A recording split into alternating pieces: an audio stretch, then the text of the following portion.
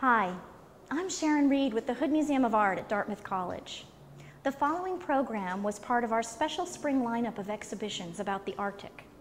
These exhibitions, which focus on indigenous Inuit art and cultures and the ways in which they're being affected by climate change, are offered in celebration of International Polar Year 2007. We invite you to make your own discoveries here at the Hood, Tuesday through Saturday from 10 to 5, with special evening hours on Wednesdays until 9. Admission to the museum and all public programs is free. For more information about our collections, exhibitions, and programs, visit us on the web at hoodmuseum.dartmouth.edu. And now, enjoy the program.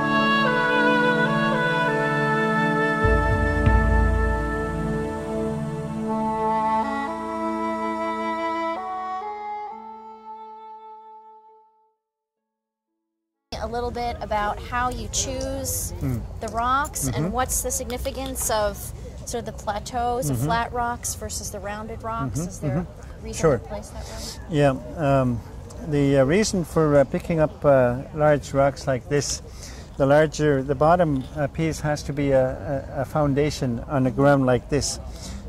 In southern Canada or in the United States or in other parts of the world, where there are no solid rock, solid stone foundation. So which means that we have to get a large piece like this. And then second larger pieces are really serving to make sure that the foundation is stable.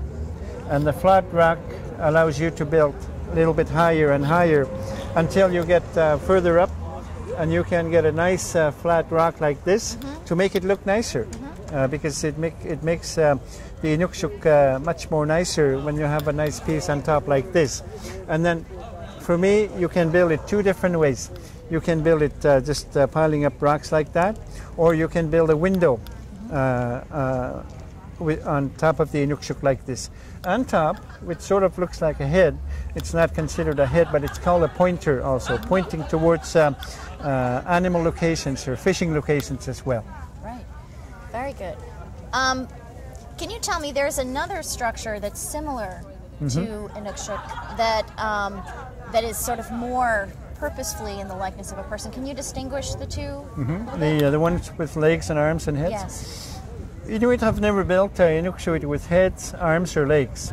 Those are recent, made by a non-Inuit who came north, and they thought, well, they look pretty good, so excuse me. You'll be able to edit that part, right? So they thought it looked pretty good, so they put legs, arms, and head as well. It's something that we Inuit don't mind, but as long as they're not called Inukshuk, that they're called Inungwak, which means imitation of a person. But these ones, Inukshuk, pile of rocks from the bottom to the top, is likeness of a person. It's not exactly looking like a person, but it's a likeness of a person.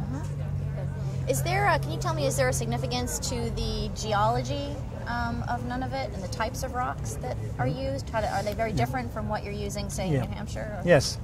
In Nunavut, you have all kinds of rocks. You have mostly granite rock in Nunavut.